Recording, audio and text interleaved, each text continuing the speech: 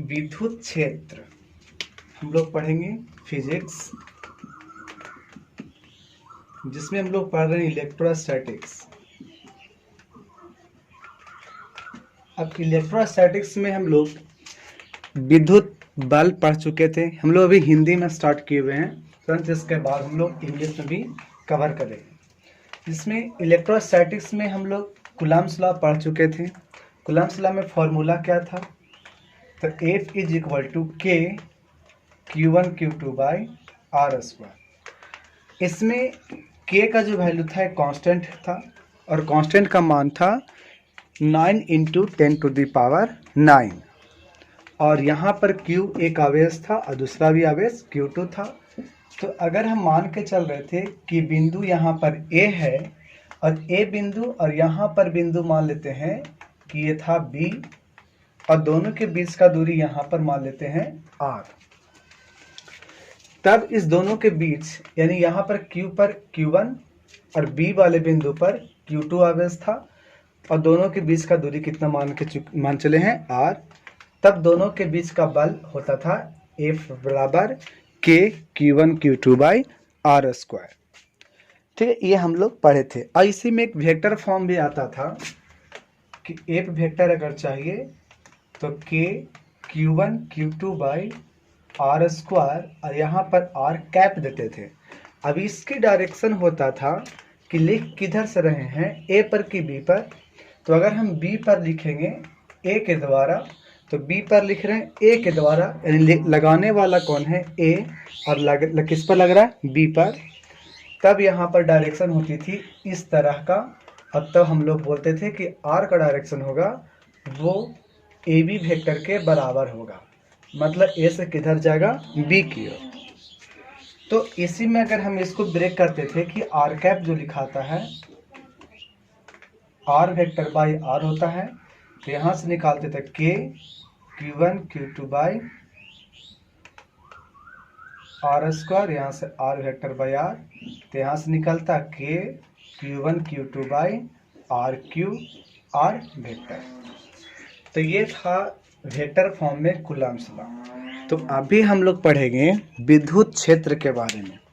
ठीक है, अब विद्युत क्षेत्र में कोई चीज़ लिखा भी होगा, उसको भी हम लोग देखेंगे।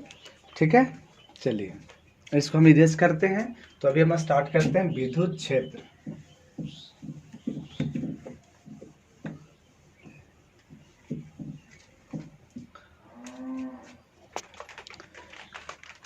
विद्युत क्षेत्र क्या होता है?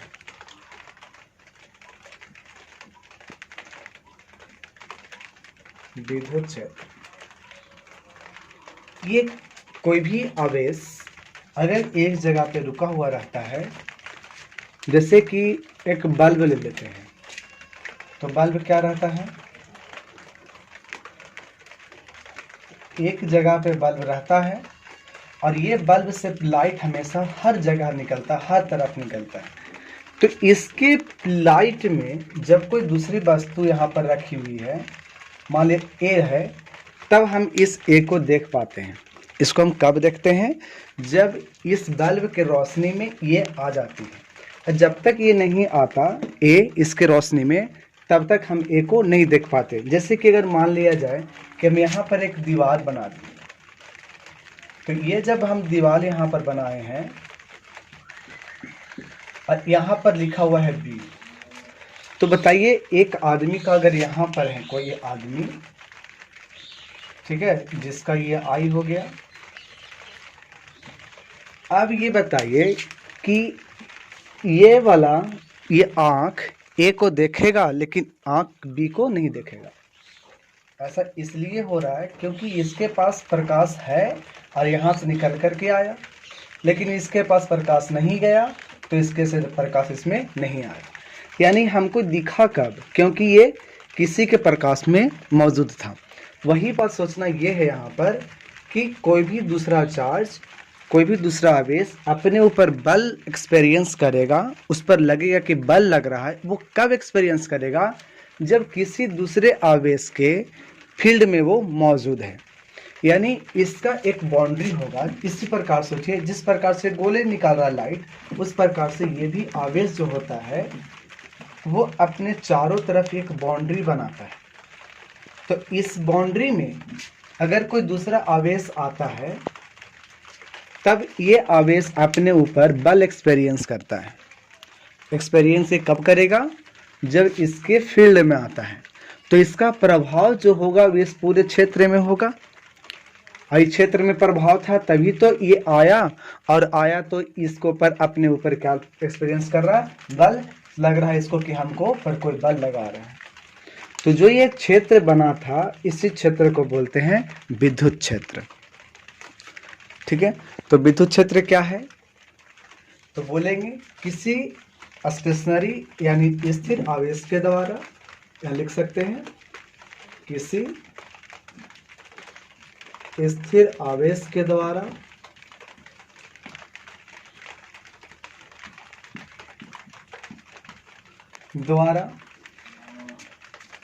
बनाया गया वैसा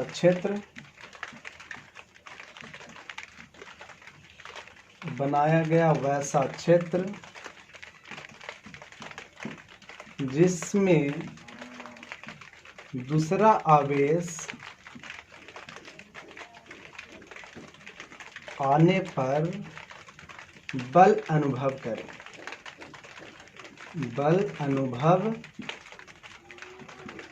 करे, तो उसी क्षेत्र को विद्युत क्षेत्र कहते हैं। उसी क्षेत्र को विद्युत क्षेत्र कहते हैं। ठीक है, तो इसमें कौन आया? ये वाला आया। तो इस पर बल लगाया, बल लगाने वाला है कौन? तो बल लगाने वाला ये है। तो ये क्षेत्र को हम लोग क्या बोलेंगे? विद्युत क्षेत्र। इसको डिफाइन किया गया है न्यूमेरिकल बनाने के लिए, या तो मैथमेटिकली डिफाइन किया गया है, वो हम इसको लिखते हैं। यानी मैथमेटिकल डिफाइन किया गया है, फोर्स पर यूनिट चार्ज को इलेक्ट्रिक फील्ड बोला गया है। यानी इकाई धन आवेश, ठीक है, इकाई धन आवेश पर लगने वाला बल विद्युत क्षेत्र कहलाता है। ठीक है, तो हम उसको बोल सकते हैं कि विद्युत क्षेत्र मतलब electric field is defined as force per unit charge. ठीक है, तो हम उसको कैसे निकाल सकते हैं?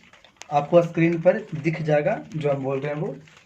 ठीक है, तो अब देखिए जो हम बोल रहे हैं, तो क्या लिखा हुआ है कि electric field is defined as, चलिए लिख भी देते हैं, electric field is defined as force per unit positive test charge, positive test charge. यानी हम कहेंगे कि अगर ये Q0 फोर्स आवेश था तो इस पर बल कितना लगा है? F लगा है। लेकिन हमको कितना आवेश चाहिए? एक आवेश चाहिए। तो एक लाएंगे तो F बटे क्या लाना पड़ेगा? Q0। तो ये जो बल आया है यही बल कहलाता है विद्युत क्षेत्र। तो E बराबर कितना लिख सकते हैं? F बटे Q0। यही क्या लिखा जाएगा? F by Q0। ये ऐसा कब लिख सकते हैं? तो ये था विद्युत क्षेत्र बराबर। तो विद्युत क्षेत्र का फॉर्मूला कितना मिल जाएगा? तो E is equal to F by Q0। यहाँ पर ये किसके द्वारा विद्युत क्षेत्र निकला? तो इस आवेश के द्वारा। किस पर लगाया जा रहा था? तो Q0 पर फोर्स लगा जा रहा था। तो हम इससे ये समझ रहे थे कि जो विद्युत क्षेत्र निकला एक पॉइंट पे निकाला गया है, जब कोई दूसरा आवेश, जैसे कि कोई दूसरा आवेश, मान लिया कि एक पहले से Q था, अब Q भी रह सकता है, तो ये अपने इस तरह से इलेक्ट्रिक फील्ड निकाल के रखेगा अगर ये पहला से है तो। और अगर इस प्रकार से अगर कोई सीट है, चार्ज सीट, तो ये हो गया चार्ज सीट। और चार्ज सीट के द्वारा क्या हो सकता है कि इलेक्ट्रिक फील्ड इस प्रकार से निकलेगा।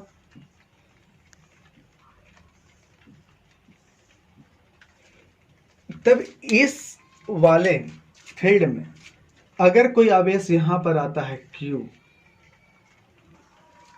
ठीक है, इसमें अगर कोई आता है कोई Q नॉट आवेश, चाहे Q का ही आता हो, तब यहाँ पर आता हो, तब के लिए ये फॉर्मूला कि हम क्या कर सकते हैं कि दोनों के बीच का बल निकालेंगे। अब बल निकालने के बाद हम उसे Q नॉट से डिवाइड कर देंगे और तब हमारा इलेक्ट्रिक फील्ड यहाँ पर आ जाएगा। लेकिन अब ये आवेश आपको नहीं दिया जाएगा, आपको पूछ दिया जाएगा कि यहाँ से r दूरी पर कितना इलेक्ट्रिक फील्ड होगा। तो इस पॉइंट P पर अगर इलेक्ट्रिक फील्ड निकालना है तब हम लोगों को क्या करना पड़ेगा कि अपना मन से यहाँ पर Q नॉट चार्ज ले लेना है अपना मन से, और जैसे ही अपना मन से लेंगे तब आप तो बल निकाल सकते हो। और बल कितना हो जाएगा, तो K दोनों का आवेश का मल्टीप्लाई और नीचे में R स्क्वायर। और हम जानते हैं कि जब E निकालते हैं तो होता है F/Q, तो यहाँ पर कौन सा है Q नॉट।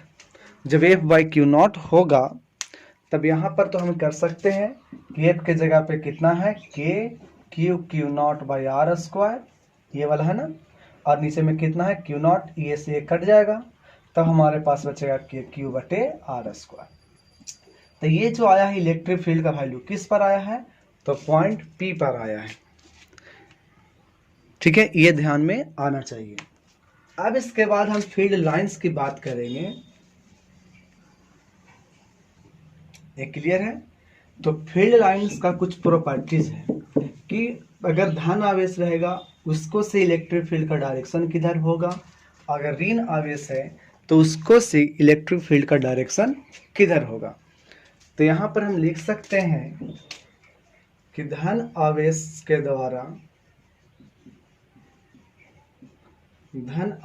के द्वारा विद्युत क्षेत्र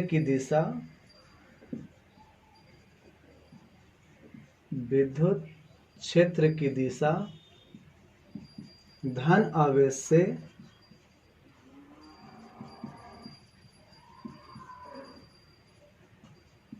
दूर हटता है।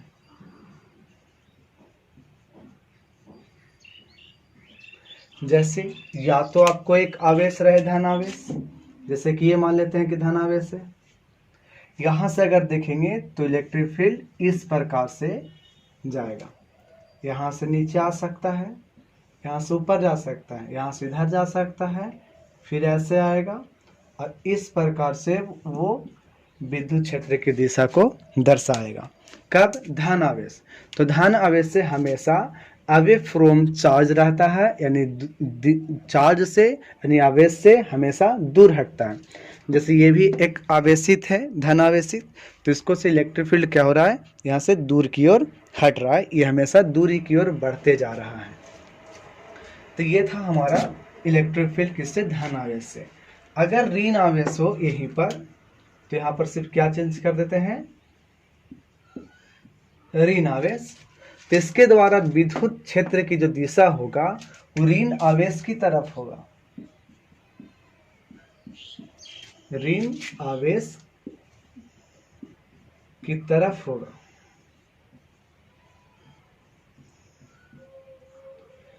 तो जब ऋण आवेश की तरफ होगा तो अगर हम सोचे इसी को कि ये जो था अगर ये ऋण आवेश हो तो इसके द्वारा विद्युत क्षेत्र ऋण आवेश की तरफ होगा। तो यहाँ पर क्या होगा, अगर इसको ऋण आवेश देखें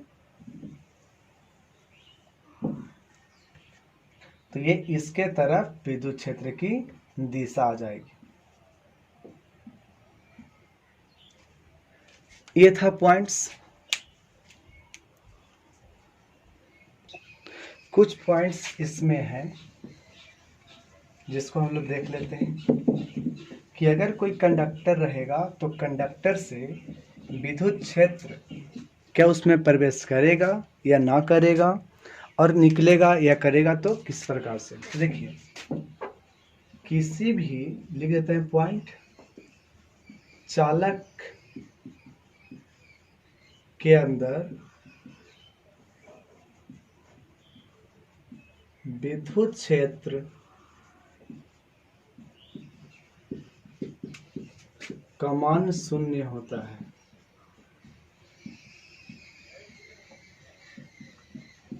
शून्य होता कोई भी चालक। लेकिन अगर डायरेक्शन की बात करें तो चालक विद्युत क्षेत्र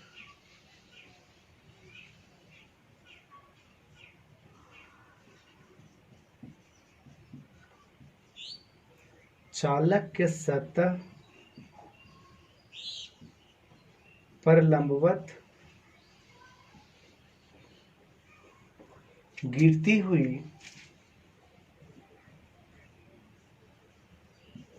प्रवेश करती है।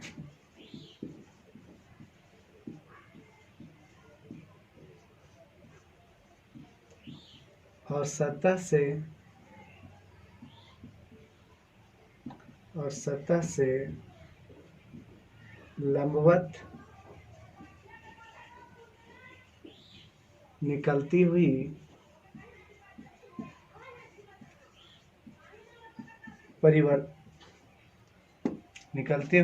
प्रतीत होती है।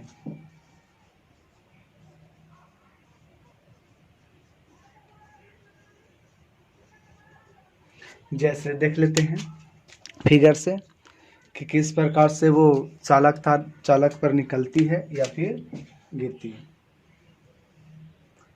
देखिए, ये अगर मान लेते हैं कोई चालक था, कोई कंडक्टर है। अब इस कंडक्टर पर अगर बाहर से इलेक्ट्रिक फील्ड आना चाहे तो यहाँ तक आएगी, यहाँ से इस प्रकार से आ रही है,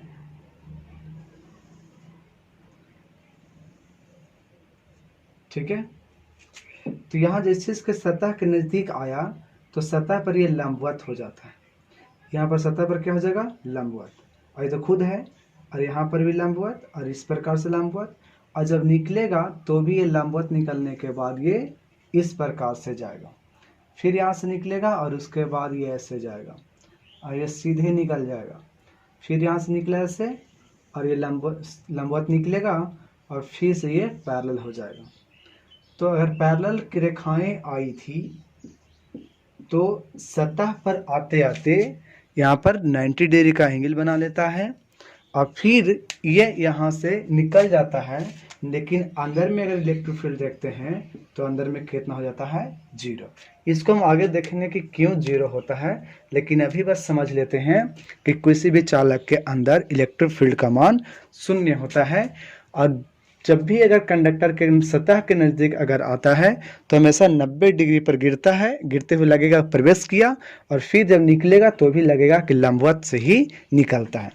तो याद रखना है कि विद्युत क्षेत्र की जो रेखाएं होती है वो किसी भी चालक के सतह पर आते आते लंबवत आ जाती है और निकलते हुए भी लंबवत प्रतीत होती है। ये हम लोग को ध्यान में लाना है। अब हम लोग हेडिंग डालेंगे, नेक्स्ट लेक्चर में हम लोग देखेंगे ऐसे कि एक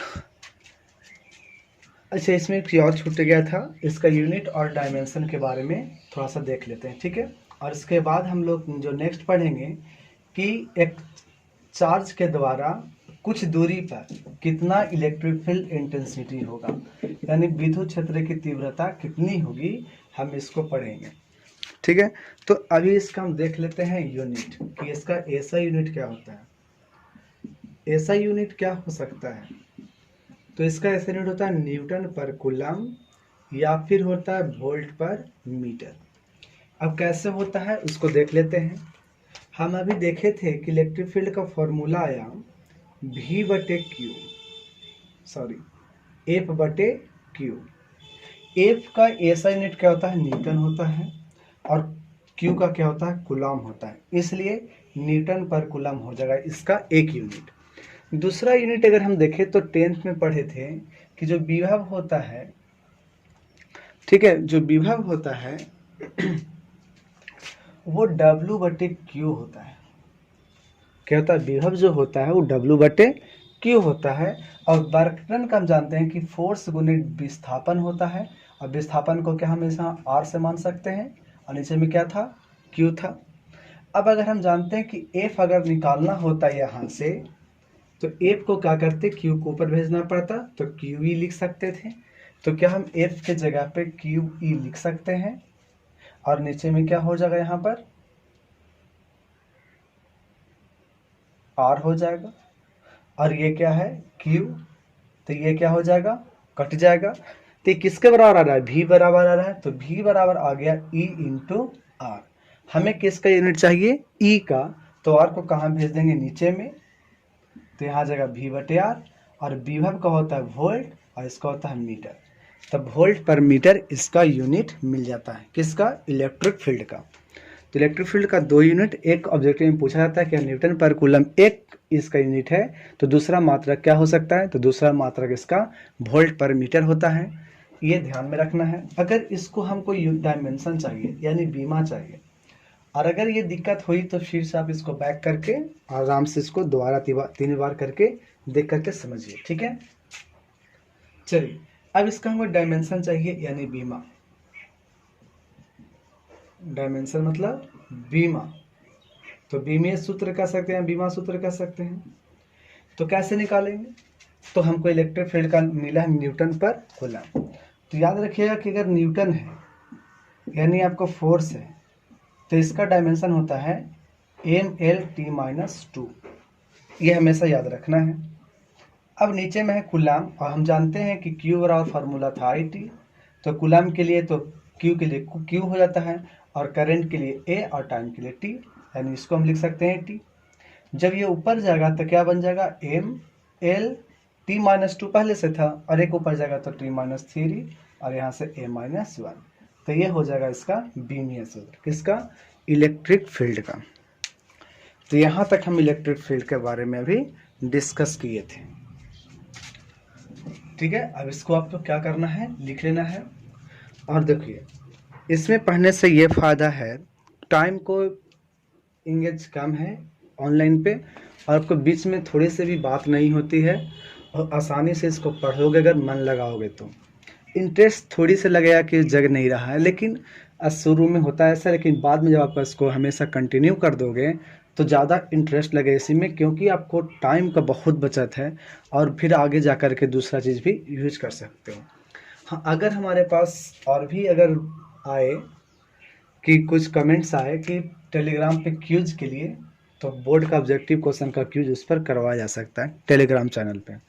लेकिन आप इसको पहले अगर सपोर्ट करते हो, अगर ज़्यादा पढ़ना स्टार्ट करते हो, तो आपको वीडियो अगर डिमांड हो कि 30 मिनट का हो, 40 मिनट को 1 घंटे का हो, तो उतना भी एक वीडियो बनाया जा सकता है, ठीक है, लेकिन डिमांड पर हो।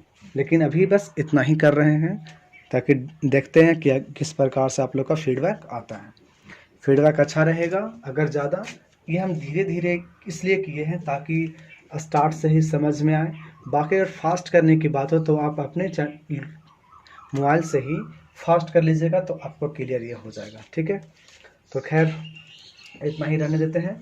और ये आपका एग्जाम में पूछा हुआ रहता है 12th का, कि अगर एक आपका न्यूटन पर कूलम है तो दूसरा क्या हो जाएगा, वोल्ट पर मीटर हो जाएगा। कोई दिक्कत, तो आज इतने ही तक रहने देते हैं।